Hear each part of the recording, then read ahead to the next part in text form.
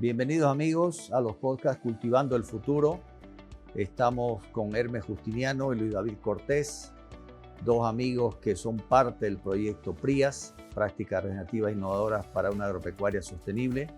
Nos van a contar de cómo nace el proyecto PRIAS, qué lo componen y cuál es la finalidad y objetivo de este proyecto.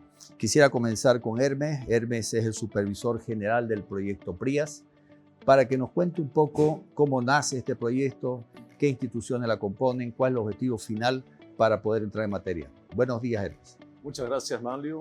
Un gusto estar aquí con todos ustedes. El proyecto PRIAS nace de una prioridad estratégica de las tres instituciones que implementamos el proyecto. La Fundación para la Conservación del Bosque Chiquitano, el Consorcio Regional de Experiencias Agropecuarias y Conservation Strategy Fund, que se especializa en estudios económicos de los servicios ecosistémicos y de proyectos.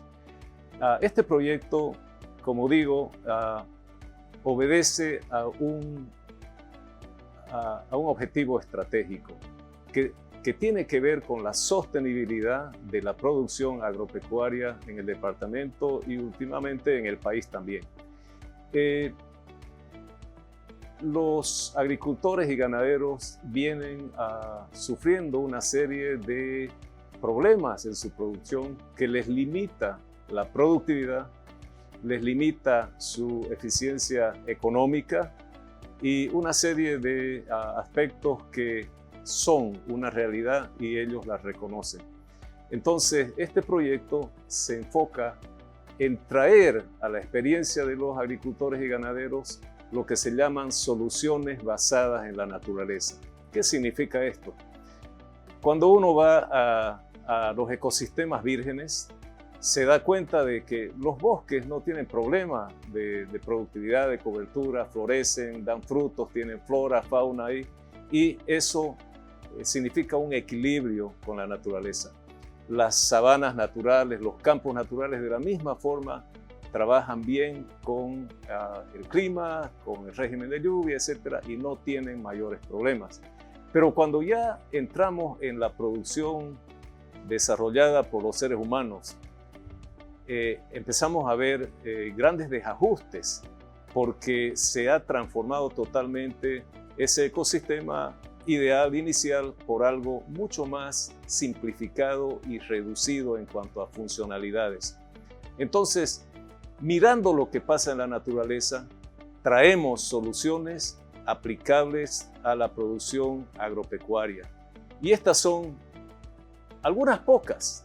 Son básicas y fundamentales, no son difíciles de ejercitar en la realidad y básicamente son el observar cómo en los bosques o en las sabanas naturales hay una diversidad de plantas en el mismo metro cuadrado o en la misma hectárea, muchas especies de plantas.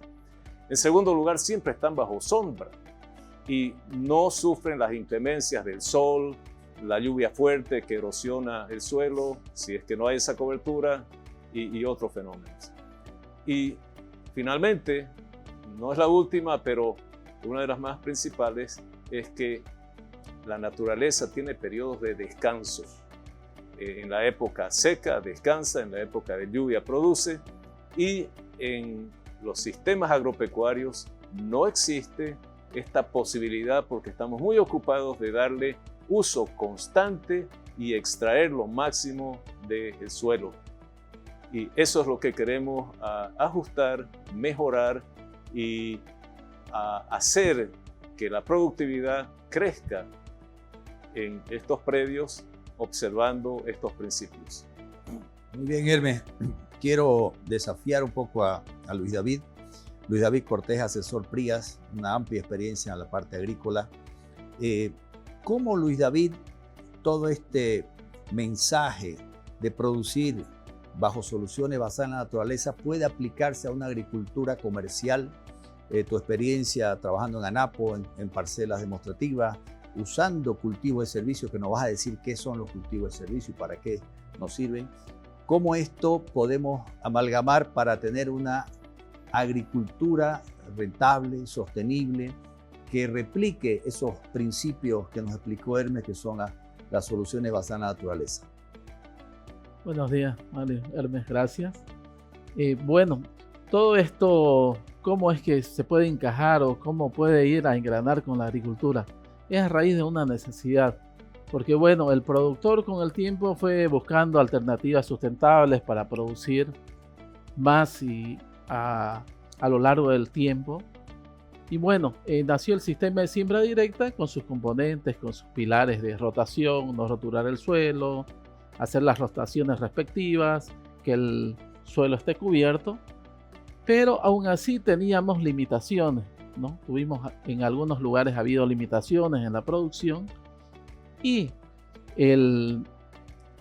los cultivos de servicio han venido a ayudar a esto. ¿Qué son los cultivos de servicio? Son cultivos, y tenemos muchos cultivos de servicios, 40 o mucho más, que se siembran no con una finalidad de cosechar y de generar ingresos, sino de que esa producción, eso que genera ese cultivo, va a beneficiar a darle una mayor salud al suelo, ¿no? Entonces, hubo algunos productores de avanzada empezaron a implementar cultivos de servicio, ¿no? Principalmente con gramíneas, ¿no?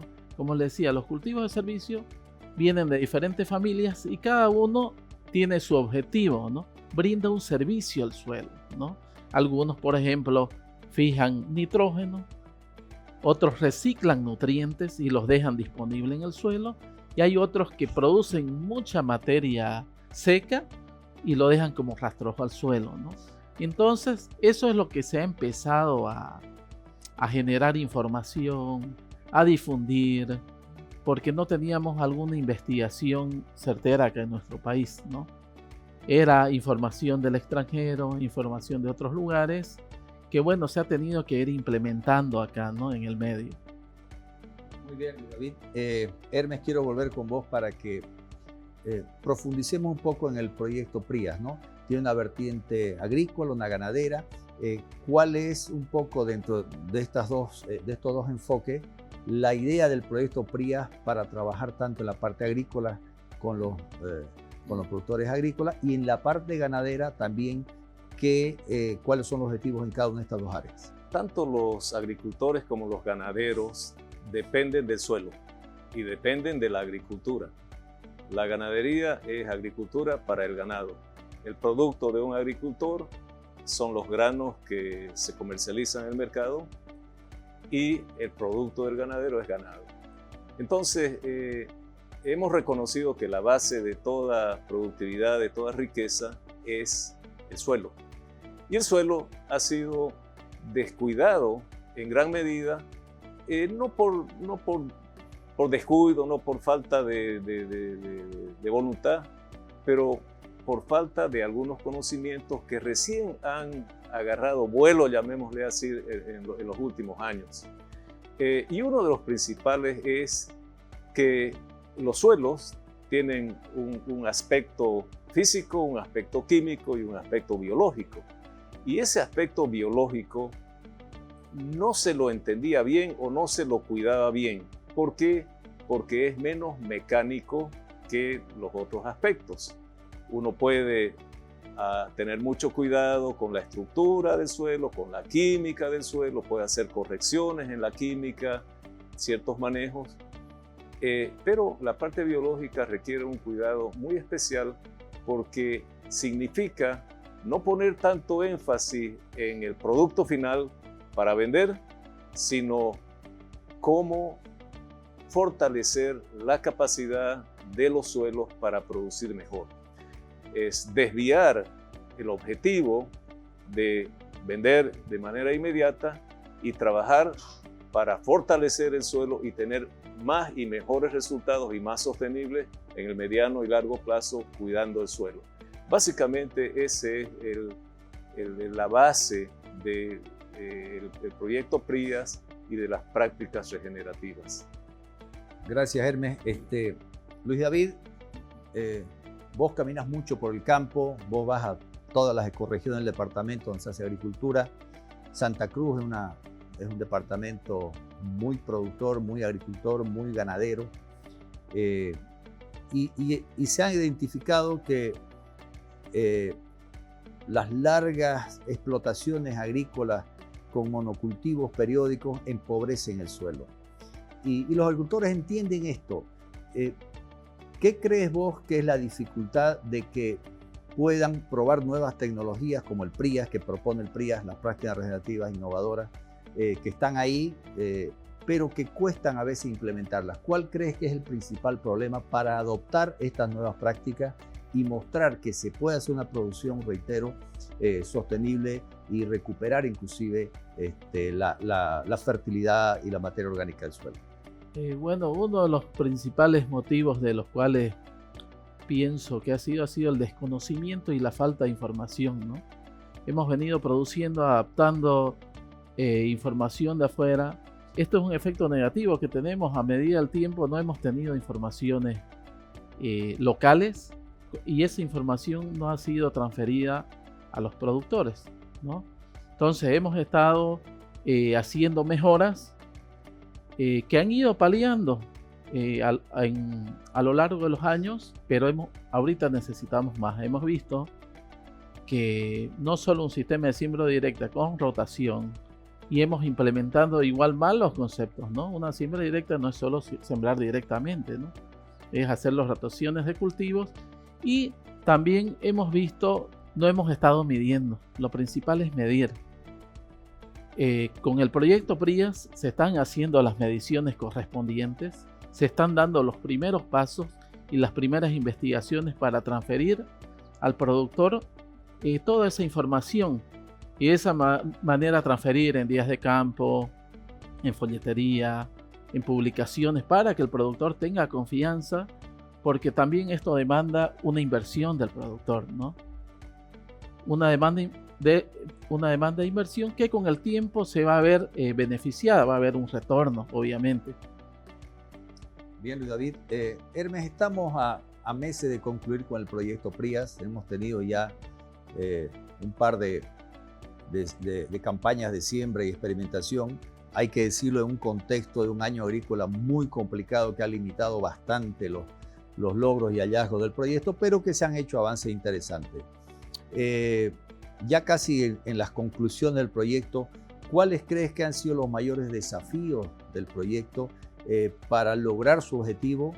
¿Y qué crees que deberíamos ir trabajando para que esto, amén de que termine el proyecto, permanezca en el radar de los productores y sigan haciendo e imitando estas prácticas regenerativas? Quizá es momento de decir qué ha sido el objetivo principal o los objetivos principales del proyecto. Y el primero era informar, demostrar y ayudar a que los productores se hagan conscientes de los beneficios de la agricultura regenerativa, con esos principios que muy escuetamente mencioné al inicio.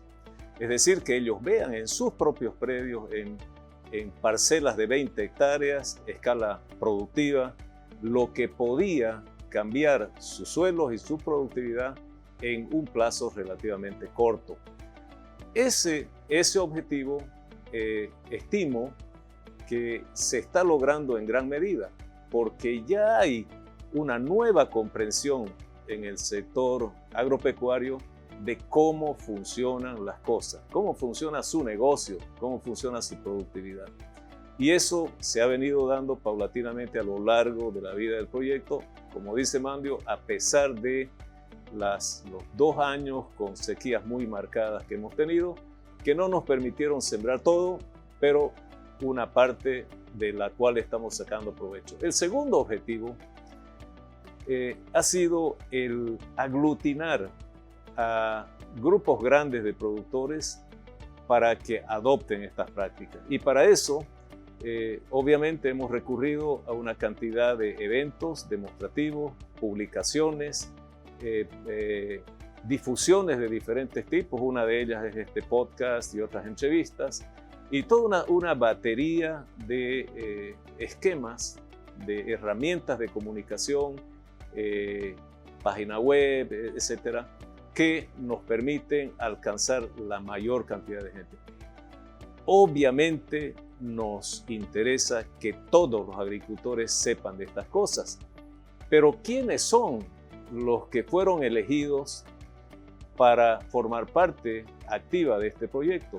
Fueron agricultores muy sobresalientes, agricultores y ganaderos reconocidos por su actividad, por su trayectoria, y que son generadores de influencia en este tema.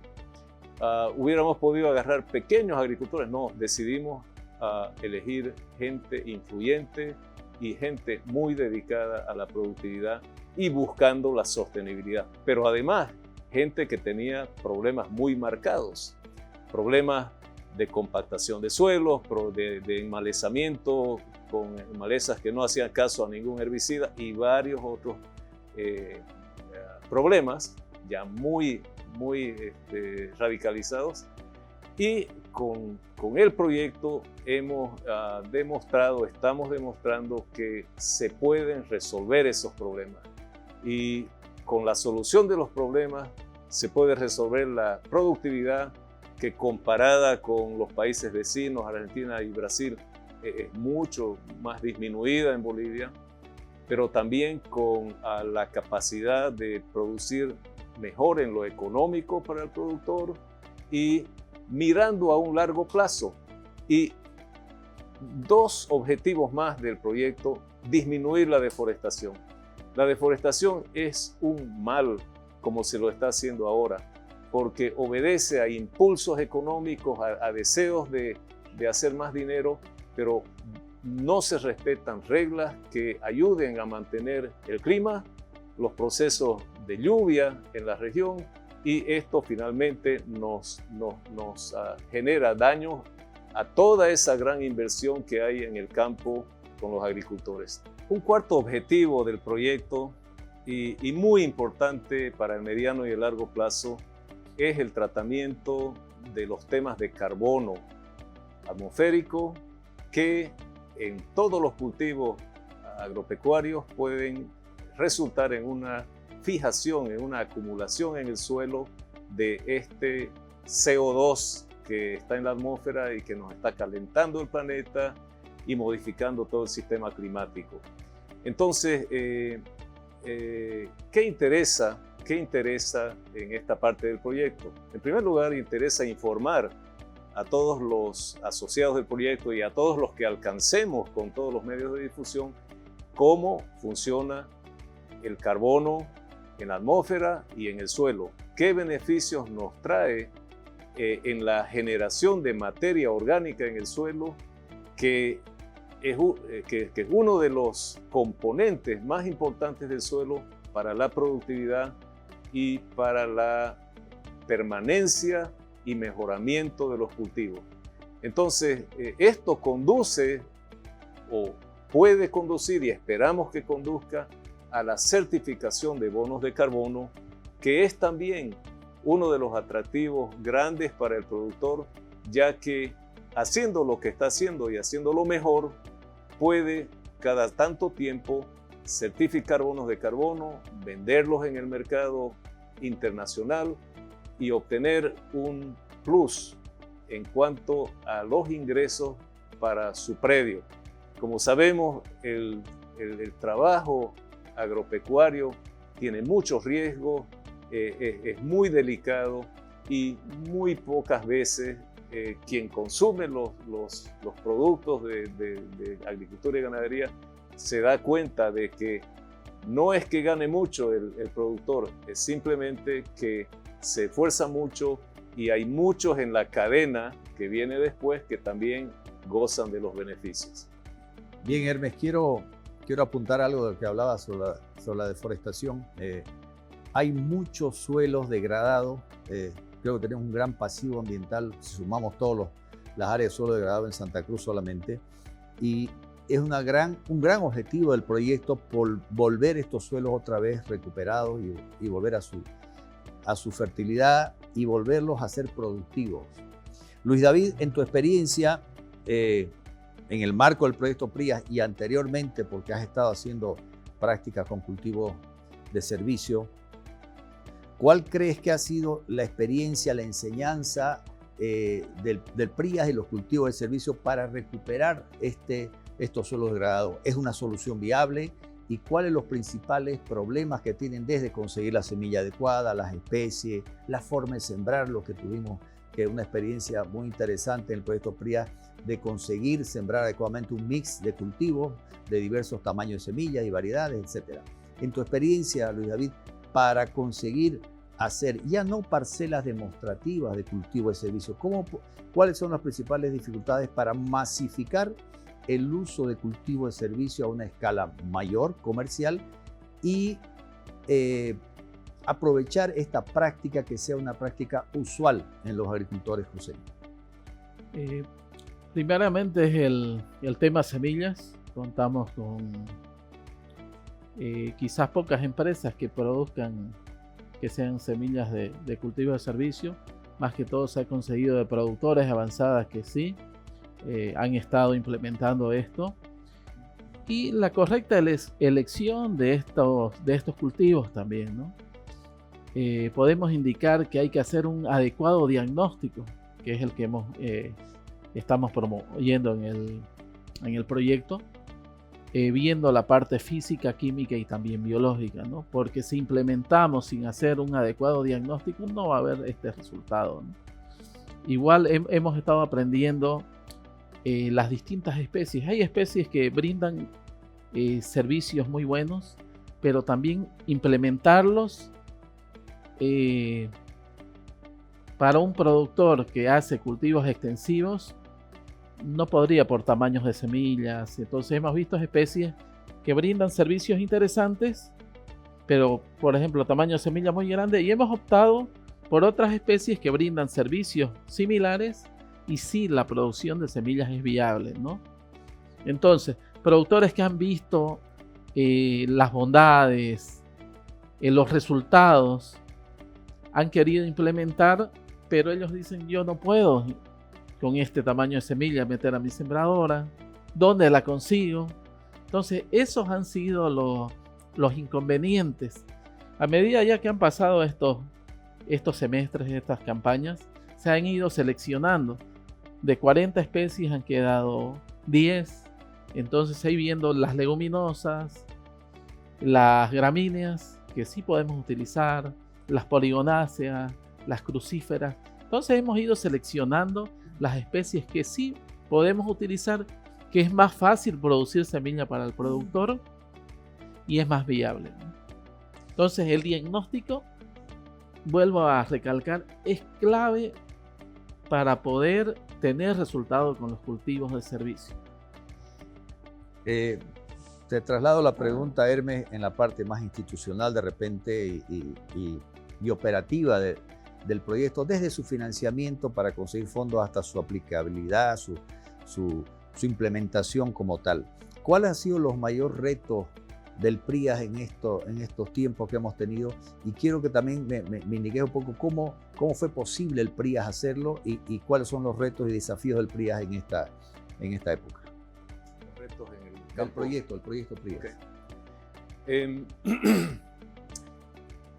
El interés que tuvieron a los financiadores del proyecto, Land Innovation Fund, así se llaman estos financiadores, el consorcio de financiadores, era inicialmente a promover soya sostenible sin deforestación. Ese era el llamado del proyecto. Nosotros, como entidades que nos ocupamos de conservación, desarrollo sostenible, teníamos tendencias mucho más abiertas, ¿no? Obviamente queríamos trabajar con diversos grupos de agricultores, diversos grupos de ganaderos, grandes, pequeños, medianos, y eso nos generaba un pequeño problema de generar un proyecto que pueda favorecer a todos ellos. Seleccionar a estos productores fue un primer desafío, y un segundo desafío fue ponerlos de acuerdo a todos ellos, es decir, visitarlos, informarlos, compartir el proyecto hacerles saber de qué se trataba y qué se debía cumplir sí o sí. Y todo esto en un contexto novedoso, porque como dice Luis David, habían ciertos conocimientos, habían ciertas experiencias, pero este proyecto traía un paquete diferente que requería maquinaria adaptada, requería nuevas semillas, requería nuevos conocimientos técnicos de parte de los asesores que iban a estar haciendo una especie de trabajo de extensionistas con los productores.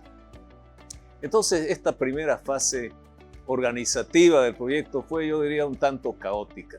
Y teníamos algunas reuniones muy buliciosas y tratábamos de lograr contener todo este paquete complejo en algo que finalmente fue sedimentando y se fue dando. Efectivamente, los técnicos se empezaron a alinear, los productores también. Han habido cosas que nunca se han podido superar en el proyecto, por ejemplo, el hecho de que los productores nos traspasen información económica de lo que han sido sus gastos en las campañas de siembra que han tenido las diferentes campañas. ¿Por qué? Porque todos ellos tienen diferentes cultivos en los que están comprometidos, tienen diferente personal, diferente maquinaria. Solo para mencionar las sembradoras de siembra directa, hay muchos modelos y en general ellas están o deben ser calibradas para un cierto tipo de semillas. Pero ¿qué hacemos el minuto que tenemos que sembrar cultivos de servicio, que también se llaman cultivos mixtos, o cultivos de cobertura, o cultivos regenerativos? Mismo término, pero esto significa mezclar semillas de diferente tamaño, y las sembradoras normales no están diseñadas para eso. Entonces ha habido que explorar y adaptar esta maquinaria que es de una generación anterior a estas necesidades. Maquinarias nuevas que específicamente pueden hacer todo esto ya tienen otro precio y no todos las pueden comprar, ¿no? Entonces han habido todos estos problemas, y a todo esto se ha sumado el tema de la sequía prolongada. Teníamos que sembrar alrededor de 1.000 hectáreas, un poco más de 1.000 hectáreas en cada campaña, y en algunas no, porque tenían que tener el mismo cultivo que iba a ir desarrollándose a lo largo de 2 campañas, sin resiembra.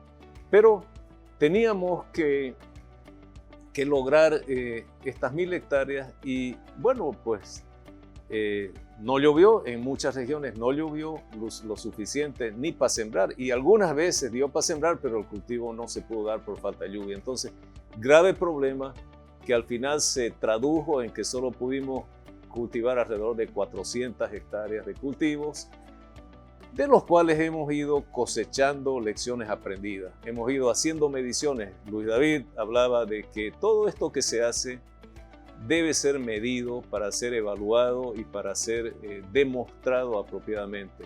Y efectivamente son mediciones a veces de campo, mediciones de campo de los técnicos con diferentes instrumentos, a veces de laboratorio, y en el laboratorio diseñado para este fin que tiene PRIAS, pues continuamente estamos haciendo estas mediciones, y esto ayuda a que el agricultor pueda ir sabiendo por dónde va su tendencia, por dónde va su práctica. ¿Está siendo eficiente? ¿Está siendo útil? ¿Está dando buenos resultados o no? Entonces, pero ya tenemos unos primeros resultados. Así que han habido muchos problemas técnicos, han habido pérdidas económicas, por ejemplo. Empezó a llover y todo el mundo corrió con las semillas a los diferentes planteles, propiedades, a sembrar. Pero esa primera lluvia solo sirvió para atender la siembra de una parte de los cultivos comerciales que estaban enfocando a los dueños de las propiedades. Esperamos la segunda lluvia ya para sembrar las parcelas experimentales. No llovió, pero la semilla ya estaba allá, ya estaba fuera de su lugar estéril, su lugar de no contaminación. Y esa semilla se perdió, ya no pudo ser rescatada. Bueno, algunos ejemplos solo para dar una idea de los problemas. Seguro de que nos estás contando lo que un proyecto pasa para poder implementar parcelas demostrativas. Esto es el día a día de los agricultores, de los productores. Este es el desafío que tiene el producir alimentos, ¿no? Producir en cantidad de granos, carne, para poder trabajarlo. Y sin duda alguna el productor lo vive año a año en cada campaña.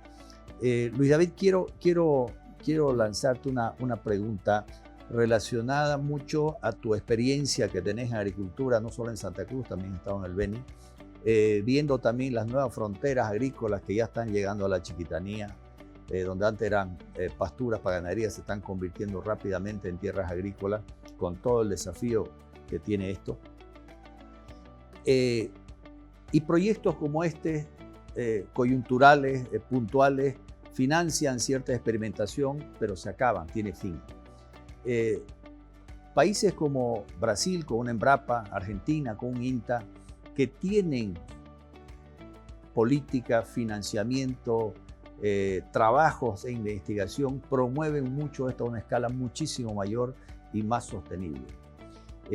¿Cómo ves el caso en Bolivia, que solamente se da, reitero, a veces por la parte privada de los productores y no hay una investigación en este campo a escala de política pública con un INIAF, con un CIAT, con las universidades que puedan potenciar esto? ¿Cómo lo ves ese gap, esa necesidad que tiene Bolivia como país en generar innovación y tecnología para apropiar todo lo que estamos hablando desde el PRIAS? Sí, ahí tenemos una desventaja muy grande entre los países vecinos. El esfuerzo de los productores siempre ha sido al pulmón de los productores. Todo el crecimiento que ha habido, tanto tecnológico, ha sido por impulso de los productores a través a veces de sus organizaciones, de sus asociaciones. En este aspecto vemos que nos va a costar un poco. Es determinante, sí, que pueda haber esa unión que muchas veces se ha tratado de hacer entre asociaciones, entre la parte gubernamental con la parte privada, los productores. Se tienen que hacer los esfuerzos para conseguir eso. Pero mientras tanto, hay que seguir trabajando en paralelo con esto. Esto son unas labores, es una tecnología, son prácticas que ya algunos productores han visto los beneficios, ¿no? Han visto los beneficios. Para masificar necesitamos la ayuda, obviamente, de tener un conglomerado de asociaciones, de la parte gubernamental, ¿no?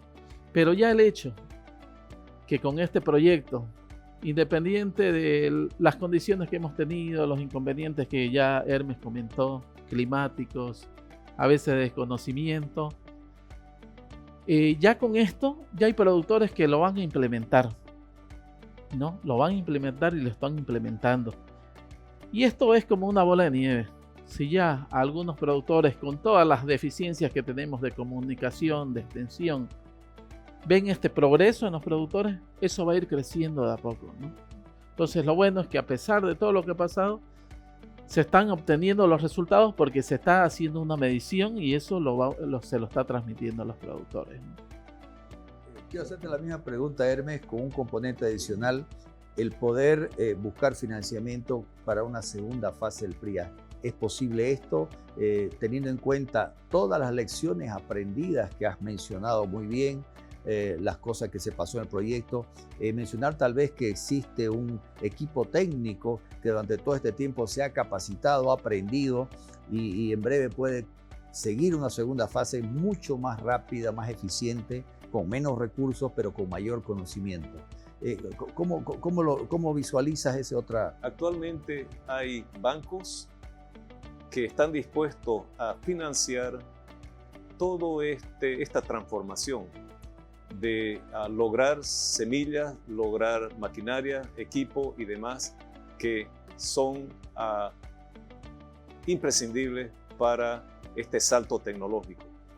Esto significa que si alguien necesita una sembradora, no es cuestión de que la pague ahora y espere 5 o 10 años hasta que se pague, sino que su crédito a muy bajo interés, y debo repetir esto, a muy bajo interés puede durar 5 o 10 años. Entonces, existe una conciencia internacional y de las organizaciones internacionales también en facilitar estos procesos, y eso es algo novedoso, ¿no? No siempre ha sido así aquí, y sobre todo con préstamos a bajo interés y largo plazo. Vuelvo con vos, Hermes. ¿Has visto vos como lección aprendida y de lo que pasa en el PRIAS, cómo se conoció, cómo se fortaleció el equipo técnico del proyecto?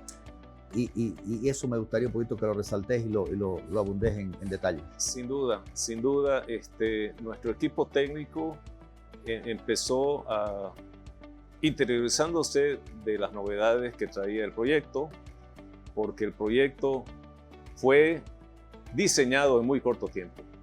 El equipo técnico fue aprendiendo todos los procesos regenerativos y terminó con un evento muy especial que fue una capacitación en Argentina, en una universidad especializada en justamente este tipo de desarrollo agropecuario, cultivos regenerativos, pero también en certificación de carbono en el suelo ganado con este tipo de manejo. Entonces, nuestro personal tiene ya la capacidad, obviamente ya entiende cuál es la finalidad de todo esto respecto a productividad, respecto a mitigación de cambio climático y varios otros temas. Entonces, ha habido una evolución grande y una preparación para una segunda fase en la cual ya el productor va a asumir de manera mucho más personal las responsabilidades de comprar sus semillas, de producir sus semillas para cultivos de servicio y también comprar su maquinaria adecuada para hacer el trabajo de manera más eficiente. Luis David, quiero pedirte un resumen de tu experiencia en el PRIAS para que nos digas qué cosa se aprendió en este proyecto, cuáles son los desafíos para el futuro basado en toda esta experiencia como conclusión final de tu participación en este podcast.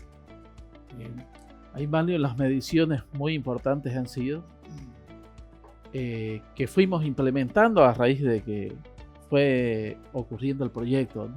Fuimos viendo qué era lo más importante de medir, teniendo un protocolo inicial que tuvimos y fuimos viendo qué se podía hacer, qué era práctico, porque habían algunas mediciones que también eran un poco inviables, ¿no? Entonces las mediciones más prácticas se fueron implementando.